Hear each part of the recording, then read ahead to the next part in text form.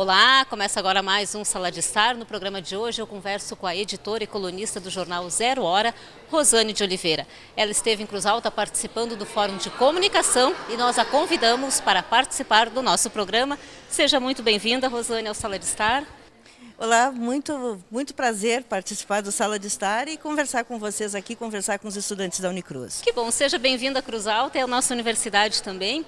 Eu quero começar a nossa entrevista te perguntando: tu és natural de um município vizinho nosso aqui, Campos Borges, saiu de lá com 17 anos de idade, bem nova, e eu queria que tu me contasse como é que foi traçar toda essa tua vida profissional. Hoje tu és uma referência aqui no Rio Grande do Sul quando a gente fala em política e quando a gente fala em eleições. Como é que foi percorrer todo esse caminho? Bom, eu sou mesmo de Campos Borges. A gente diz que quando eu era pequena, a gente olhava quando tinha um clarão, assim, a gente olhava para o horizonte e se dizia que aquilo eram as luzes de Cruz Alta. Então eu tinha uma vontade enorme de conhecer Cruz Alta, porque eu sou mesmo lá do meio do mato. E por isso até é surpreendente que eu tenha tomado essa decisão de ir para Porto Alegre aos 17 anos, passei no vestibular da PUC e fui com a cara e a coragem para lá. Eu sempre quis ser jornalista. Quando eu era pequena, mal eu tinha aprendido a ler, quando eu conheci jornal eu me encantei. E eu me lembro que as pessoas perguntavam o que eu queria ser quando eu crescesse e eu dizia que eu queria ser escritora de jornal. Eu não sabia que existia uma profissão chamada jornalista, eu queria ser escritora de jornal. E eu fui atrás disso, né? Eu fiz magistério em Tapera, mas eu não tinha vocação para ser professora, então fui para Porto Alegre e eu queria ser jornalista, mas de qualquer área. Então eu estudei, mas eu trabalhei em outras coisas para poder me manter em Porto Alegre. Eu era secretária numa empresa de petróleo, veja que não tem nada a ver com jornalismo. Mas depois que eu me formei, sim, eu quis ser jornalista, trabalhei num primeiro momento em assessoria de imprensa, que foi o que apareceu, não era o que eu queria, mas foi o que apareceu. Depois trabalhei em rádio. Eu queria mesmo jornal, tinha paixão por jornal, por sentir, né, tocar um jornal. Mas só fui trabalhando em jornal 4 anos depois de formada, quando reabriu o Correio do Povo. Eu trabalhei lá 6 anos e depois fui para Zero Hora. Parece incrível, mas lá se vão 22 anos que eu trabalho na Zero Hora. E no Correio do Povo fui editora de política e de economia. E fui para Zero Hora como editora de política, depois ganhei a coluna e hoje eu me dedico praticamente à coluna, à Rádio Gaúcha, onde eu também sou co-apresentadora de um programa, e a TV Com, faço comentários lá e ainda milito nas redes sociais, por assim dizer. Rosane, foi muito difícil para ti entrar nessa área, porque a gente sabe que a área política é uma área dominada pelo mundo masculino, né? São poucas as mulheres que atuam nessa área. Tu teve dificuldades para entrar nela ou não? Sabe que as pessoas sempre me perguntam isso. Eu tive mais dificuldade na minha vida profissional por ser jovem, no início da minha carreira, do que por ser mulher. Porque as pessoas olhavam para mim assim, não, mas essa menininha aí, então não levavam muita fé. Sim. Mas eu não tive dificuldade na política. E depois hoje, até nós mulheres estamos de certa forma tomando conta, né? Se a gente olhar em Brasília, a maioria das pessoas que faz comentário de política são mulheres. Então nós temos grandes nomes da política, como a Dora Kramer, a Renata Lopretti, Eliane Cantanhede. Então eu me sinto bem à vontade nesse meio e não tenho problema por isso. Claro que talvez por trás dos bastidores os homens que fazem política preferissem, né, tratar com um igual. Mas eu acho que nesses anos todos eu conquistei o respeito das minhas fontes, eu conquistei o respeito dos políticos pela seriedade com que eu exerço a minha profissão, pela independência principalmente. Eu acho que essa é a palavra-chave na minha vida, é a palavra independência. Para lidar com política é preciso tê-la. Sim, isso é importante, né? Me diz uma coisa, Rosane, tu sempre gostou de política ou a política surgiu na tua vida nessa trajetória profissional e foi indo e tu acabou te dedicando a ela? Na verdade, assim, a política entrou na minha vida bem por acaso. Na faculdade eu pensava em ser, olha só, eu queria ser correspondente internacional. Acho que todo jornalista quer, né? A gente pensa longe. Eu queria correr o mundo. Só que isso, entre o sonho e a realidade, vai uma distância enorme. E a segunda coisa que eu gostava de fazer era Fórmula 1. Era meu esporte preferido, então eu gostava de corrida de carro. Eu pensava que eu podia ser jornalista de esportes, mas só a Fórmula 1 fica muito focado. E eu caí na política por acaso, acabei gostando. Hoje não me imagino fazendo outra coisa, embora eu goste de outras áreas também. Gosto muito da área de cultura, mas no fim das contas eu não me imagino fazendo outra coisa porque eu caí na política, tomei gosto pela coisa. E agora pensando assim, lá retroativamente, quando eu nem... muito antes de eu entrar na faculdade, o primeiro texto que eu publiquei em jornal foi na Folha Espumosense, e era um texto que tinha o seguinte título, foi quando o Brizola voltou do exílio. Era: Brizola, quem afinal é esse homem? Então acho que ali eu já estava exercitando esta veia de jornalista que analisa, que questiona, que comenta e que tenta ver os dois lados da coisa, porque eu via o mundo, essas pessoas, tinha dois grupos, se dividiam os brasileiros em dois grupos, os que achavam que Brizola era um monstro e os que achavam que Brizola era o herói sem defeitos. Sim. Meu pai achava que o Brizola era o herói sem defeitos. E eu achava que as coisas não eram assim tão preto no branco, né? Que existia um meio termo e questionava isso. Então, meu primeiro texto de política, eu tinha 15 anos, era estudante do primeiro ano do ensino médio, quando eu publiquei na Folha Espumosense. Eu acho que foi ali a semente do que eu faço hoje. Sim. Para as pessoas que querem seguir, para os futuros jornalistas que querem seguir na área política, que conselhos que é possível dar para que eles possam desenvolver um bom trabalho? Conselho é um negócio complicado, né, a gente dá, mas eu sempre digo para os alunos que tem coisas que valem para qualquer jornalista de qualquer área. A primeira delas, eu acho isso fundamental, é que a pessoa tem que ler muito, tem que se informar muito. Eu não acredito em jornalista que não gosta de leitura, porque quem não lê não escreve direito. Então a primeira coisa é isso, e isso vale para todos.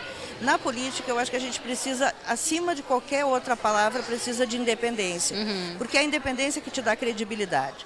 Se eu for filiada a um partido, se eu for apaixonada por um partido, ou se eu for anti alguma coisa, que o anti é tão negativo para um profissional quanto que é apaixonado por uma causa. Sim. Então, se eu for anti ou se eu for muito apaixonada por aquilo, eu não vou ter a capacidade de olhar a floresta toda, de ver o bom e o ruim de cada lado, e eu não vou conseguir fazer o meu trabalho direito. Então, para quem pretende entrar nessa área, a primeira coisa que eu sugiro é que não se apaixone por um partido, por uma causa, por um político, por uma ideia. A gente não pode ter ideias fixas também, tem que ter a capacidade de olhar as coisas e extrair delas a sua essência, correr sempre em busca da verdade, e isso exige um enorme desprendimento. Então a gente não pode ser, jornalista não pode ser torcedor. Torcedor claro. É uma coisa, militante é uma coisa.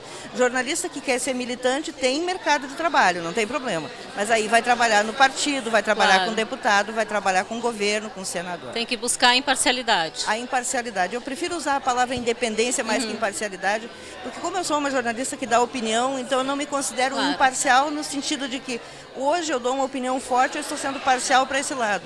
O que eu não posso é ser parcial sempre para o mesmo lado. Sim. Então, hoje eu critico, mas se eu tiver que elogiar, amanhã eu elogio sem nenhum problema, porque o que me importa não é a pessoa, não é o partido, não é o governo. É o que está em discussão, é a causa claro. Propriamente dita. Para que a gente possa finalizar, Rosane, o Brasil agora vive um momento que antecede uma eleição presidencial. A morte do candidato do PSB, Eduardo Campos, muda um pouco esse cenário das eleições que a gente vai enfrentar agora. De que forma tu visualiza isso, e a morte desse candidato muda alguma coisa para esse pleito? Pode trazer alguma alteração?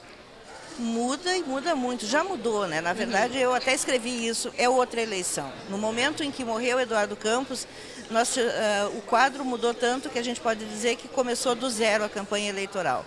E veja que interessante isso, ele não era tão popular assim, ele não tinha nem 10% nas pesquisas, mas a morte consegue melhorar as biografias, a emoção faz com que as pessoas, talvez porque a gente seja uma democracia ainda muito recente, as pessoas se movem muito pela emoção. Claro. E a morte trágica de uma pessoa jovem, uma pessoa que tinha uma biografia bonita, tinha uma família, tudo isso cria uma comoção nacional que muda um quadro que parecia definido já. Eu trabalhava com um cenário em que nós teríamos um segundo turno entre a presidente Dilma Rousseff e Aécio Neves.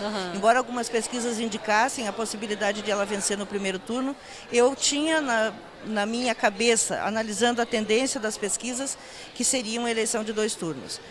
Agora sacudiu tudo, nós estamos na estaca zero. A primeira pesquisa que veio mostrando Marina Silva empatada com Aécio Neves, ela está ainda muito contaminada pela emoção. Nós, para ter uma ideia clara do que vai acontecer, a gente precisa de mais umas 2 semanas de horário eleitoral, porque a propaganda tem uma importância muito grande numa eleição presidencial, com um país desse tamanho. Isso tende a ter influência, tem que decantar um pouco essa emoção, esta comoção que está, e tem que ver como é que vão se comportar também os candidatos em relação à própria Marina, porque hoje há uma tensão nas campanhas de Dilma Rousseff e de Aécio Neves, uma preocupação em que, ao mesmo tempo em que eles sabem que precisam desconstruir a imagem dela, todos têm medo de bater, porque às vezes quando bate, cresce. Claro. Então é um dilema que enfrentam tanto os coordenadores da Dilma quanto os coordenadores do Aécio, e estão tateando à espera da próxima pesquisa, que aliás saiu uma na semana que vem, do MDA, depois tem outra do Ibope, aí vai se sentir um pouco mais. Mas a Marina é uma candidata muito mais competitiva do que Eduardo Campos era, no momento em que morreu, porque poderia crescer no horário eleitoral. Sim. Só que ela vem já com um recall da eleição passada, ela foi quem mais capitalizou os protestos de junho, aquela insatisfação expressa nos protestos de junho. Então nós temos um cenário que é uma eleição muito disputada, e hoje, se eu arriscar um palpite, eu estarei sendo irresponsável. Seria puro achismo da minha parte. Para que a gente finalize, a escolha de Beto Albuquerque para a candidatura à vice-presidência no lugar no partido, pode-se dizer que foi uma escolha ideal ou acertada, já que ele tem um aval, né? O candidato tem um aval tanto da família de Eduardo Campos como dos financiadores da campanha do partido, né? E é um gaúcho também, né? É o melhor nome que o PSB tinha para essa vaga, porque a situação hoje é que Marina Silva não é do partido, ela está ali, eu uso até uma expressão um pouco grosseira, aquilo é uma barriga de aluguel, né? Ela não é do PSB, ela trata de mostrar que ela é da rede, o partido que ela não conseguiu criar, e como a Marina é uma pessoa controvertida, ela tem algumas ideias que são muito rechaçadas por alguns setores do país, a entrada de Beto Albuquerque serve como uma espécie de amortecedor na relação com esses setores. O agronegócio, por exemplo. O agronegócio não tem nenhuma simpatia por Marina, porque as ideias dela são realmente muito radicais. Os empresários, de um modo geral, têm muito medo dela, porque se sabe, um país que precisa de desenvolvimento, e Eduardo Campos era um candidato com uma visão desenvolvimentista, precisa de energia. Não se produz energia sem dor, né? Energia exige, tu vai produzir energia elétrica, não tem como fazer sem alagar grandes áreas. Vai produzir energia termoelétrica, é poluente. Então a gente pode ser romântico e dizer, como a Marina diz, energia solar, energia eólica, é ótimo, mas só que isso não segura um país do tamanho do Brasil. Então precisa ter alguém que faça uma espécie de contraponto. Mas como ela também é uma pessoa de gênio forte, se viu isso agora no início da campanha, que já as relações estão muito desgastadas dela já com o PSB, isso pode lá adiante resultar num problema bastante sério se ela vencer a eleição na hora de compor o governo, na hora de nomear o ministério. Beto Albuquerque é um político jovem, mas tem a vida inteira feita no PSB. Isso dá para ele um respaldo que talvez nenhum outro no partido, a não ser a mulher de Eduardo Campos, a Renata, tivesse. Ela carregaria a comoção pela morte do marido. Mas eu, desde o início, sempre achei que não se escolhe um candidato por laços de família. Né? Embora ela seja uma militante, ela não tem a mesma história que o Beto tem. O Beto, nesse sentido, ele agrega muito para a chapa. Minha dúvida é até que ponto essa relação vai dar liga, essa relação. Porque a Marina é uma pessoa difícil mesmo, ela não, até agora não conseguiu parar em partido nenhum, resolveu criar um só para ela, justamente porque não se entendia com as outras pessoas, e isso tende a dar atritos ali na frente. Sim. Tá certo, Rosane, eu queria agradecer a tua participação aqui no Sala de Estar. Foi muito bom poder conversar com você e poder mostrar um pouco da tua trajetória para o pessoal da Unicruz TV, para o pessoal que nos acompanha aqui. Eu é que agradeço. Muito obrigada. Foi um prazer ter participado do teu programa. Tá certo, obrigada. O Sala de Estar de hoje fica por aqui. Na próxima semana eu volto. Até lá.